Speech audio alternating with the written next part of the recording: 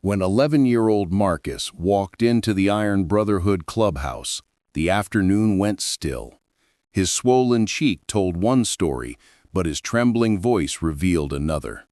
"Can you pretend to be my father for just one day?" What unfolded next would reshape not only his world, but an entire community's understanding of what family truly means.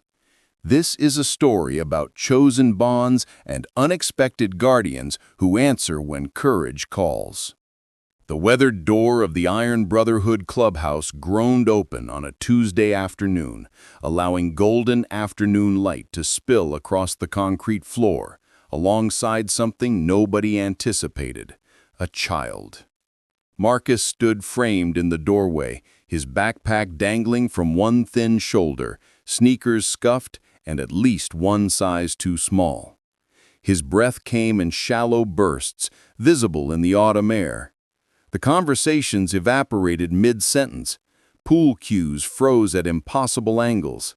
Someone reached over and twisted the radio dial to silence. 14 leather-clad men turned as one to study the 11-year-old boy who had just crossed their threshold uninvited. Jackson, the chapter president, lowered his coffee mug slowly. His weathered eyes, sharp despite the silver threading through his dark beard, locked onto the boy's face. That's when he saw it. The angry purple bruise spreading across Marcus's left cheek, fresh enough that yellow hadn't begun to creep into the edges. "You lost, kid?" Leo called from the corner table, his tone carrying more curiosity than threat. Marcus's throat worked visibly. His fingers twisted and untwisted the nylon straps of his backpack. For a heartbeat, Jackson thought the boy might turn and run. But instead, Marcus squared his shoulders, lifted his chin with visible effort, and spoke the words that would crack something open in every man present. "Can you pretend to be my father for just one day?" The silence that descended carried physical weight. Every painful childhood, every abandonment, every fist and cruel word these men had survived seemed to press into the room like a living thing. Jackson's gaze moved instinctively to Carlos first, foster care survivor who'd aged out of the system, completely alone. Then to Victor, whose father had disappeared before his first birthday. Leo's hand drifted unconsciously to his ribs, where his old man's belt buckle had carved permanent reminders into his skin. "Career day," Marcus continued, his voice steadier now that he'd started. "At school next Friday. Everyone's supposed to bring their parents to talk about what they do." He paused, swallowing hard. "I don't have anyone." Jackson rose slowly from his chair, leather vest creaking with the movement. "What about your folks, son?" "My real dad died in Iraq." Marcus's voice didn't waver, but something in his eyes went distant and flat. 3 years ago. And my mom's boyfriend." He stopped, fingers rising unconsciously to touch the bruise. "He's not really the career day type." Victor moved closer, crouching down to bring himself to eye level with Marcus. "That bruise, how'd you get it?" "Fell off my bike." "Try again." The facade Marcus had constructed crumbled like wet paper. "Kenny, that's my mom's boyfriend. He gets angry when she's working. She pulls double shifts at the hospital a lot, so she's gone most days." His voice dropped to barely above a whisper. "Yesterday, I forgot to take the trash to the curb. He said I was worthless, just like my dead father." The temperature in the room seemed to plummet. Leo's jaw clenched so hard the muscle jumped. Carlos's knuckles went bone white around his beer bottle. Jackson felt something ancient and protective ignite in his chest, a fire he recognized from years past. "And school?" Jackson asked, keeping his voice gentle. "How's that going for you?" Marcus laughed, but the sound carried no joy whatsoever. "There's this kid, Tyler. Him and his crew corner me pretty much every day. They call me Orphan Boy. Shove me into lockers, take my lunch. He studied his worn shoes intently. Last week, they threw my dad's dog tags in the cafeteria trash. I had to dig through everyone's garbage to find them. Jackson remembered his own school days with crystalline clarity. The gnawing hunger, the burning shame, the way loneliness could feel like drowning while standing on dry land.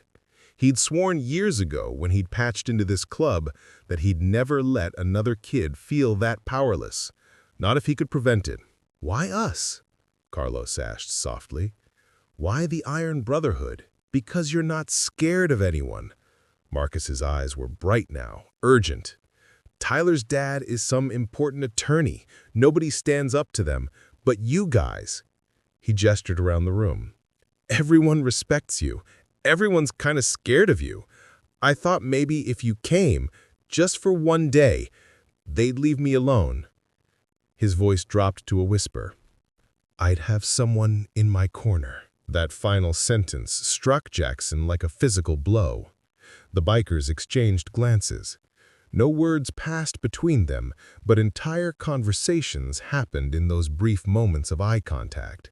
They'd all been Marcus once, scared, alone, desperate for someone to truly see them. Jackson made his decision. "Friday, you said." Marcus nodded, hope flickering across his features like sunrise breaking over dark mountains. "What time?" 9:30, room 204. Jackson turned to address his brothers. "Who's available Friday morning?" Every single hand rose without hesitation. "All right then." Jackson looked back at Marcus, and for the first time in what appeared to be years, the kid smiled, really smiled. "We'll be there, all of us." Marcus's eyes went wide. "Really? You mean it?" "Really. But Marcus," Jackson's voice took on a serious tone, "this situation with Kenny, does your mom know?" The smile evaporated. "She's exhausted all the time. She's working so hard to keep us going after Dad died. I don't want to make things worse for her." "Protecting your mother by taking hits isn't noble, son. It's just more pain piling up. I don't know what else to do." Jackson knelt, putting them eye to eye. "You just did it. You asked for help. That takes more courage than most grown men ever show." He placed a calloused hand on Marcus's shoulder. "We're going to handle this. Career day is just the beginning." As Marcus departed, his backpack somehow seeming lighter, the clubhouse erupted in quiet but intense conversation. They had 4 days to plan, 4 days to make absolutely certain that one frightened kid learned what it felt like to have 14 fathers show up when it mattered most. Jackson watched through the grimy window as Marcus walked down the street, and he noticed something significant. The boys' steps were different now, stronger. They carried a weight that hadn't been there before. Not the weight of burden, but of purpose. Friday morning arrived wrapped in gray clouds, threatening rain. Marcus woke up at 5 o'clock, too anxious for sleep. He'd replayed Jackson's promise approximately 1,000 times in his mind, terrified it had been merely words. Adults made promises. Adults broke them. That's what experience had taught him. He dressed carefully in his only button-up shirt, the pale blue one his mother had purchased for his father's funeral. His fingers trembled as he worked the buttons. In the kitchen, his mother kissed his forehead, noticing he'd barely touched his cereal. "Big day, sweetheart." "Yeah, career day." She hesitated. "Marcus, I'm so sorry I couldn't get the time off. The hospital is desperately short-staffed right now." "It's okay, Mama. I've figured something out." She studied his face, seeing something different there, something that looked almost like confidence. "You sure you're all right?" "I'm sure." At school, Tyler was waiting by the lockers with his usual crew.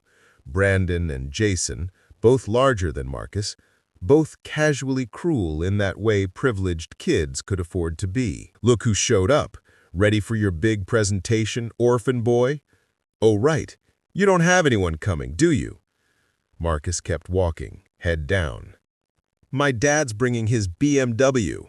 What's yours bringing? Oh, right. Tyler laughed, sharp and cutting. A coffin. Brandon shoved Marcus into the lockers. His shoulder screamed in protest, but he didn't react. He simply kept walking toward room 204, counting his steps, breathing through his nose the way his real father had taught him when the world felt too overwhelming. By 9:15, the classroom was filling with parents. Tyler's father arrived in an expensive three-piece suit, shaking hands like he was campaigning for office. Brandon's mother, a surgeon, brought her stethoscope and spoke in measured professional tones. Jason's dad, a commercial pilot, wore his crisp uniform with practiced authority. Marcus sat in the back row, watching the clock. Minutes crawled by like wounded animals. Each tick tightened the knot in his chest. They weren't coming. Of course they weren't coming. Why would they? He was just some random kid who'd walked into their clubhouse. They probably forgot the moment he left. Then, just past 9:30, the rumble started. It was distant at first, like thunder rolling in from miles away. But it grew louder and louder and louder until the windows rattled in their frames and all conversation ceased. Students, teachers, and parents alike rushed to look outside. 14 motorcycles rolled into the school parking lot in perfect formation. Chrome gleamed even under the overcast sky. Engines roared in synchronized harmony that made the ground vibrate. The Iron Brotherhood had arrived. Marcus's heart nearly burst through his chest. They came. They actually came. Jackson led the procession, his bike the loudest, his presence commanding immediate attention. They parked in a perfect V formation, killed their engines simultaneously, and dismounted like a military unit executing a drill. Every jacket bore the club's patch, a phoenix rising from flames. Every face carried the weathered look of men who'd survived their own private wars. Mrs. Henderson, the teacher, stood frozen at her desk as the bikers filed into her classroom. They were too large for the space, too raw, too intensely real for fluorescent lights and educational posters. Tyler's father stepped backward. His practiced smile vanished. Marcus Miller. Jackson's voice filled the room like a bass note. I'm here. We're here for you, son. The classroom exploded in whispers. Tyler's smirk had completely vanished. His father looked like he'd swallowed broken glass. Jackson addressed the class with the calm authority of someone accustomed to leading. Morning, everyone. We're the Iron Brotherhood Motorcycle Club. Marcus asked us to talk about what we do, so let's get into it. He started with fundamentals, how motorcycles worked, the engineering behind them, the physics of balance and torque. Leo stepped forward and discussed their community programs. Toy drives for children's hospitals, fundraisers for homeless veterans, escort services for domestic violence survivors heading to court. Most people see the patches and make assumptions. They think we're criminals. Maybe some of us were, once. But brotherhood means being there when it counts, especially when it's hardest. Then Victor moved to the front. He was quieter than the others, his dark eyes carrying old wounds that hadn't fully healed. I grew up in a house where love looked like a closed fist, he began. The room went absolutely silent. My father drank. He raged. He made me believe I was nothing, worse than nothing. By 13, I was heading down the exact same path. Fighting, stealing, hating everyone, including myself. Marcus watched his classmates lean forward. Even Tyler was listening now, something complicated working across his features. Then I met Jackson. He gave me a choice: keep destroying myself or build something better. This club, this family, they taught me that real strength isn't about violence. It's about protecting people who can't protect themselves. It's about breaking cycles instead of continuing them. Mrs. Henderson was crying quietly at her desk, dabbing at her eyes with the tissue. Victor pulled out his phone and displayed a photo. This is Carlos at 15, living on the streets. This is Leo after 2 tours in Afghanistan, with nobody waiting when he came home. This is Jackson the day his daughter told him she was proud of him. He looked directly at Marcus. You asked us to be your father for one day. But here's the thing, son. Real family doesn't work on schedules or calendars. You're stuck with us now." The entire class erupted in applause. Brandon was clapping. Jason looked stunned. Tyler sat frozen, his expression unreadable.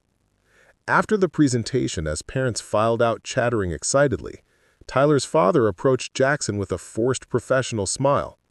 "Quite the performance." Jackson met his eyes steadily. "Your boy gives Marcus trouble. That stops today." The attorney's smile died.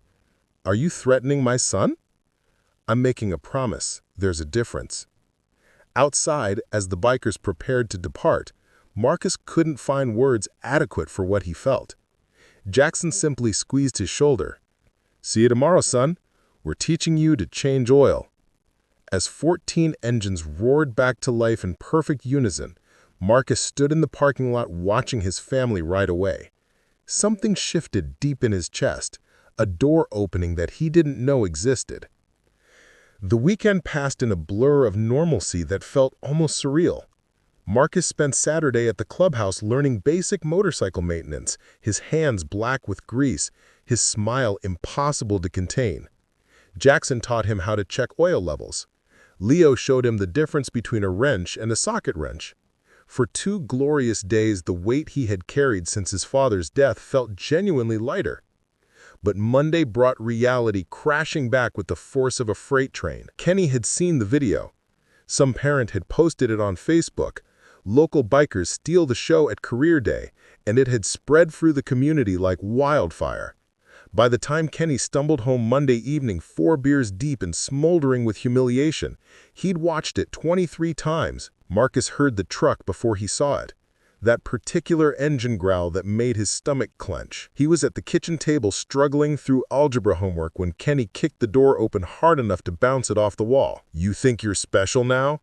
Got your little biker friends?" Kenny's words slurred at the edges. Marcus's mother wouldn't be home for another 2 hours. He calculated escape routes with practiced efficiency. Front door, blocked. Back door, through the kitchen, possible. His phone, upstairs. "I asked you a question." Kenny moved closer. Marcus could smell the beer, the rage, the familiar scent of violence about to break loose. "I just needed someone for career day." "You made me look like garbage. Everyone at the bar was talking about it. Poor Marcus, no father figure." Kenny's hand shot out and grabbed Marcus's shirt, lifting him partially out of the chair. "You got a father figure right here." "You're not my father." The words escaped before Marcus could stop them. Kenny's face went purple. His fist drew back. Marcus closed his eyes, every muscle tensing for impact. The blow never landed. The front door opened, not kicked, not forced, just opened with a key that hadn't existed an hour ago. Jackson walked in first, followed by Leo and Victor. 3 more bikers flanked the entrance. They moved with unhurried purpose, filling the small house with their presence like water filling a container. Kenny's fist remained frozen midair. "What the? Get out of my house!" "Not your house," Jackson said calmly, pulling out his phone. "Lease is in Jennifer Miller's name. You're just living here." He tapped the screen. "Jennifer gave us a key this afternoon. She's known for a while something was wrong, just didn't know how to handle it safely." Kenny dropped Marcus and lunged towards Jackson. Leo stepped between them with the easy confidence of someone who'd handled far worse threats.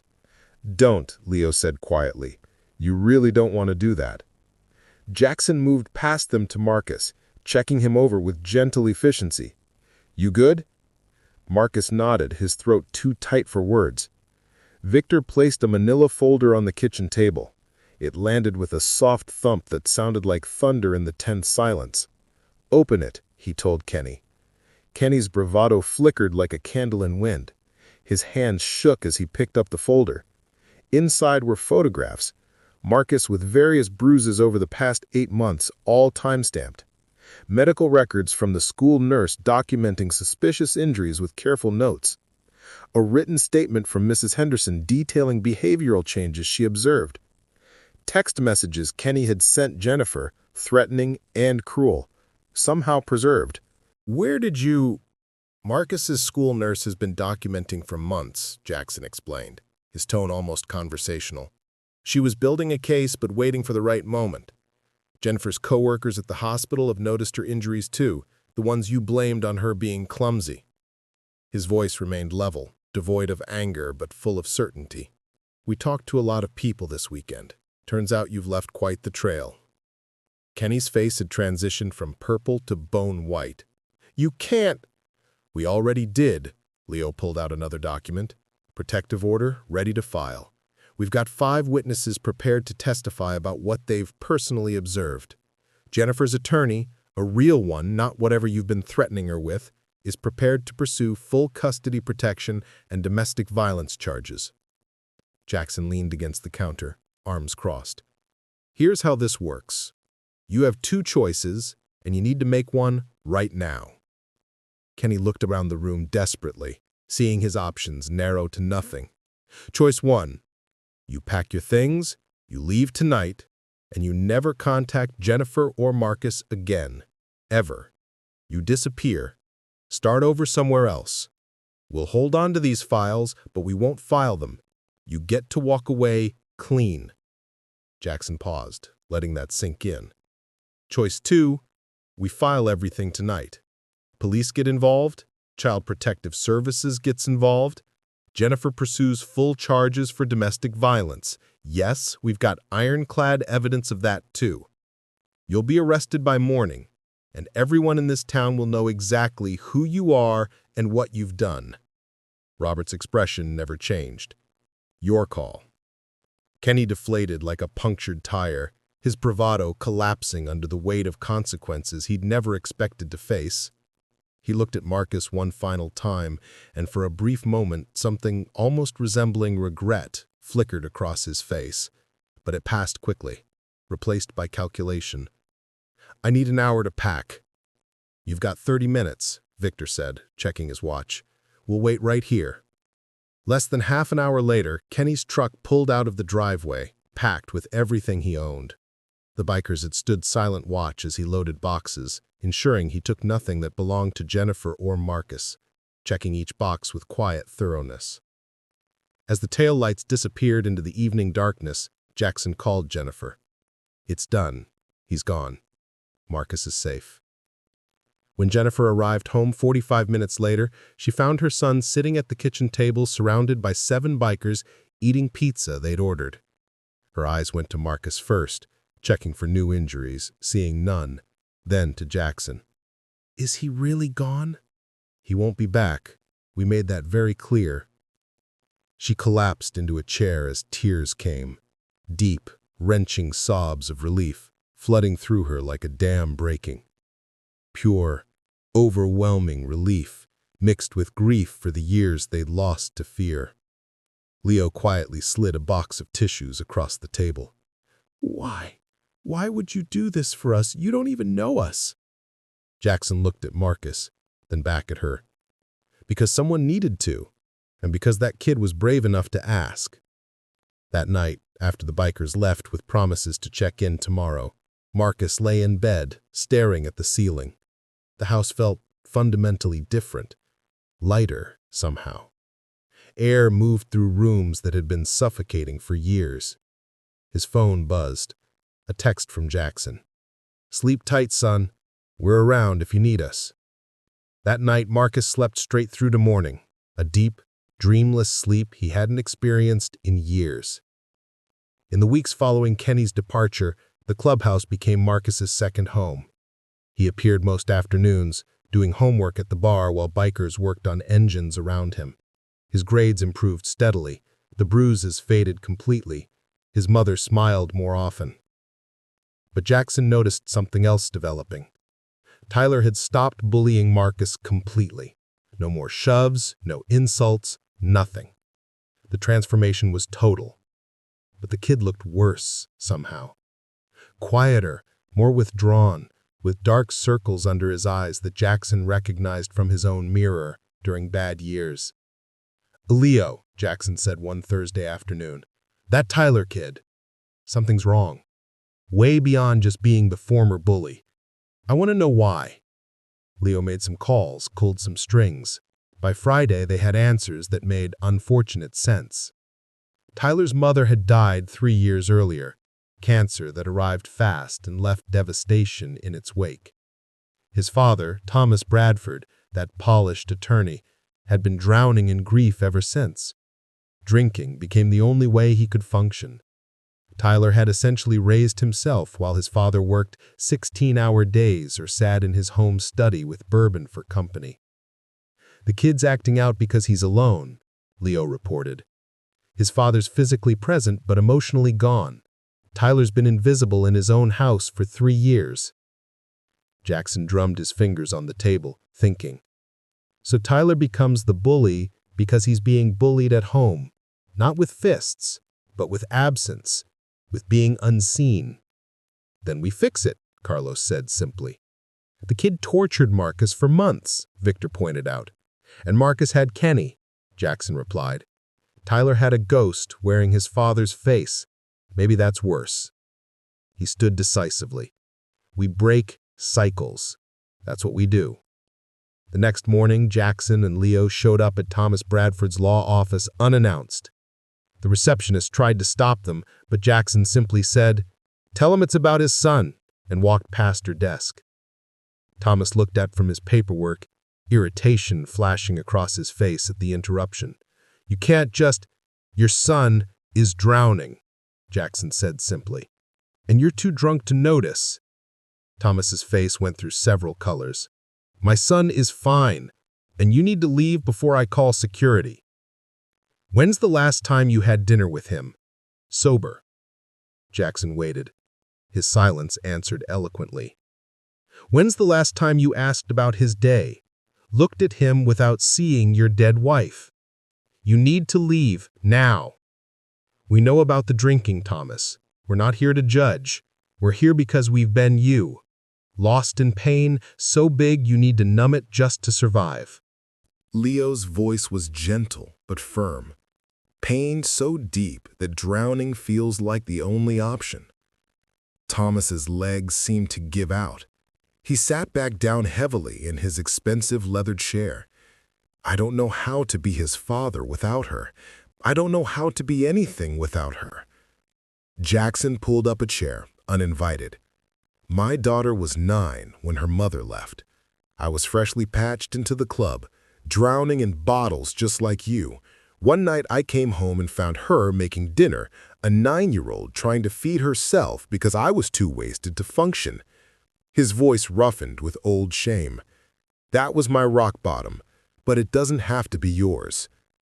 Leo slid a business card across the desk. "Veteran Support Group meets Tuesday and Thursday nights. You served, right?" Thomas nodded, surprised they knew. "So did most of us. These guys understand what it's like." Leo leaned forward.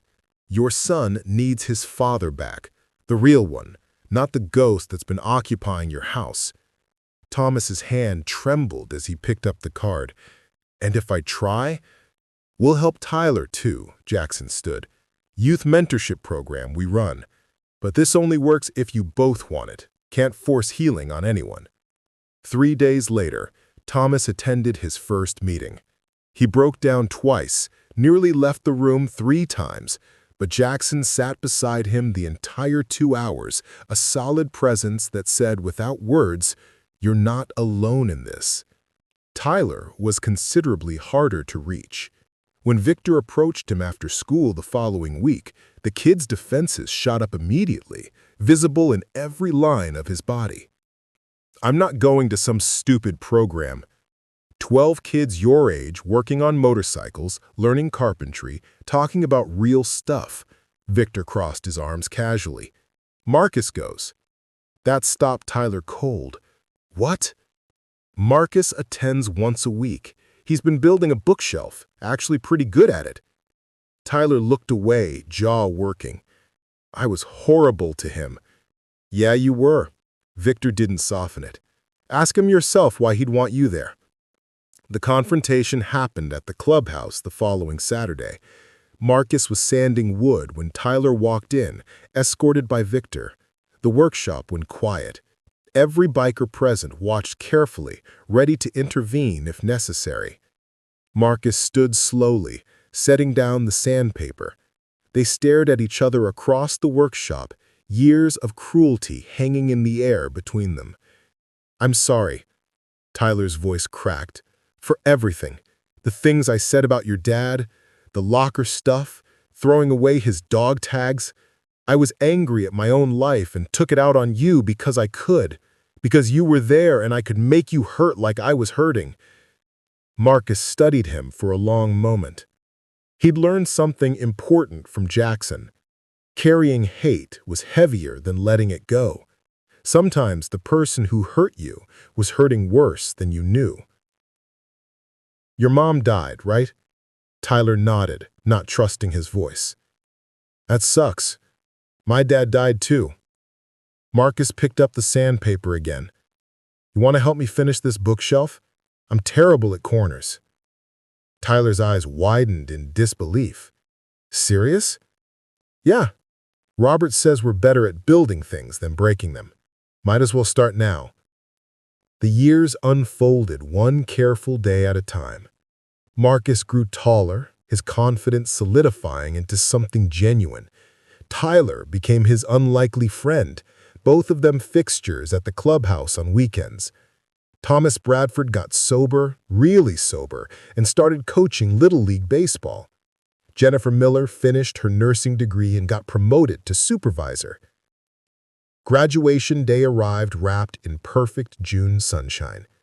Marcus stood at the podium in his cap and gown, looking out at the assembled crowd. In the third row sat his mother, beaming with pride. Behind her, 14 bikers in leather vests stood against the back wall, arms crossed, faces serious, but eyes bright. Everyone talks about family like it's just biology, but I learned something different. Family is the people who show up when your world falls apart. His eyes found Jackson. Family is a group of bikers who answered a desperate kid's question and stayed long after they had to. They taught me that strength isn't about intimidation, it's about protection. That real men build others up instead of tearing them down. Tyler, sitting with his father, wiped his eyes. Thomas Bradford, sober for 4 years now, squeezed his son's shoulder. They'd driven to the ceremony together, windows down, talking about college plans and summer road trips. Small conversations Thomas had thought he'd lost forever. "So to everyone here," Marcus continued, "find your people. Be someone's people. Show up. Stay. That's what matters most." After the ceremony, Jackson handed Marcus a folded leather vest. The patch on the back read, "Honorary Brother, Forever Family." "You earned this," Jackson said simply. Marcus pulled it on and the bikers erupted in cheers, every single one of them whooping and hollering like he just won the championship. His mother hugged him tight, whispering in his ear, "Your father would be so proud." "Which one?" Marcus asked, grinning through tears.